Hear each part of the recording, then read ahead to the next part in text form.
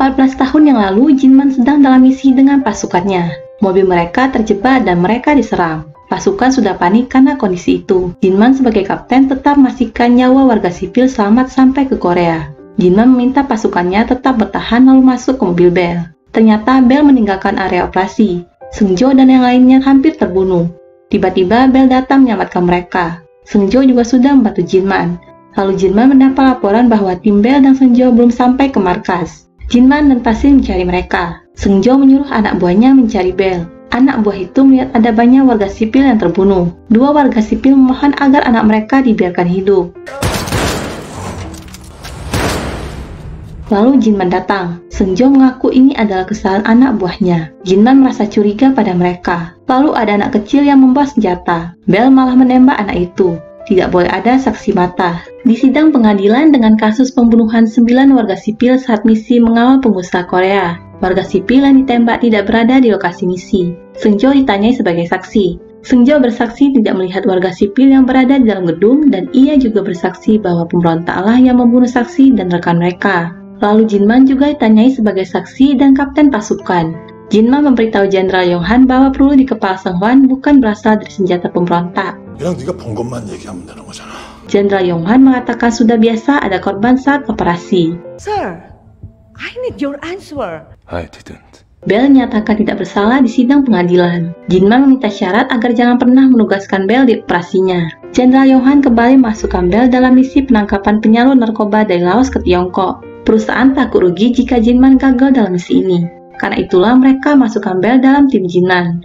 Jenderal Yong-han juga memastikan tidak ada warga sipil di sekitar area operasi. Jenderal Yong-han juga minta Jinman untuk lebih dulu menangkap penyalur yang bernama Tao sebelum dibunuh oleh Bell. Jinman memberi peringatan pada Bell agar jangan membuat masalah lagi. Bell tidak mau mendengar peringatan Jinman. Operasi dimulai. Tim Bell menemukan dua pria penyalur narkoba. Salah satu anggota tim Bell ingin menyerahkan dua pria itu ke polisi atas perintah Jinman. Bell sengaja memberikan pisau pada pria itu. Pria itu mengambil pisau. 이제 무장했네. 난 비무장이고. Bell sengaja mancing pria itu.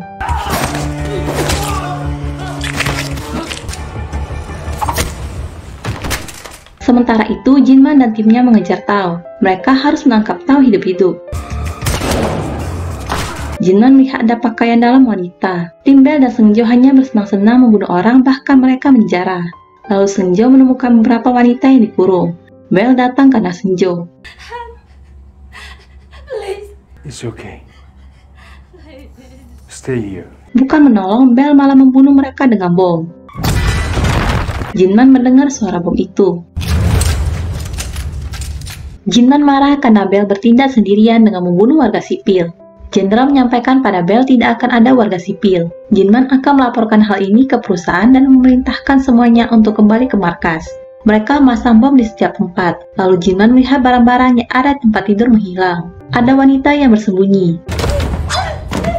Dia adalah So Min-hye. Jinman meminta timnya untuk pergi lebih dulu karena ia akan menyerahkan Bell ke tim inspeksi. Jinman kembali masuk ke gedung dan membawa wanita itu. Tiba-tiba Bell sudah ada di sana.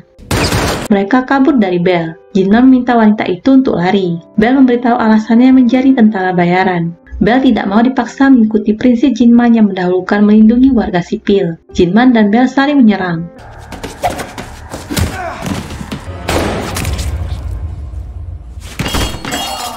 Min-hye menembak Bell tepat di mata Bell. 지금 나 못 죽이면 내가 네 가족, 네 친구, 너랑 관련된 모든 인간들 다 죽이고 내 마지막에 죽일 거야. 이거 이 씨발 새끼야! Jinman memberi pernyataan bahwa mereka diserang pemberontak lalu bom meledak. Jenderal Yong-han merasa Jinman tidak berkata jujur. Jinman sempat kabur karena dekat pintu keluar.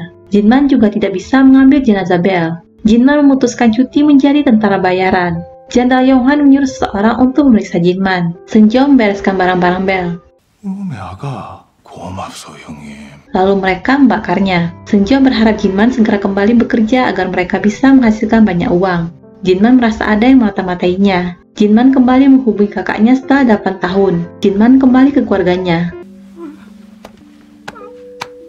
너는 이름이 뭐야? 지안, 정지안. Di suatu tempat, Seungjo berlatih menembak. Ternyata Bell masih hidup.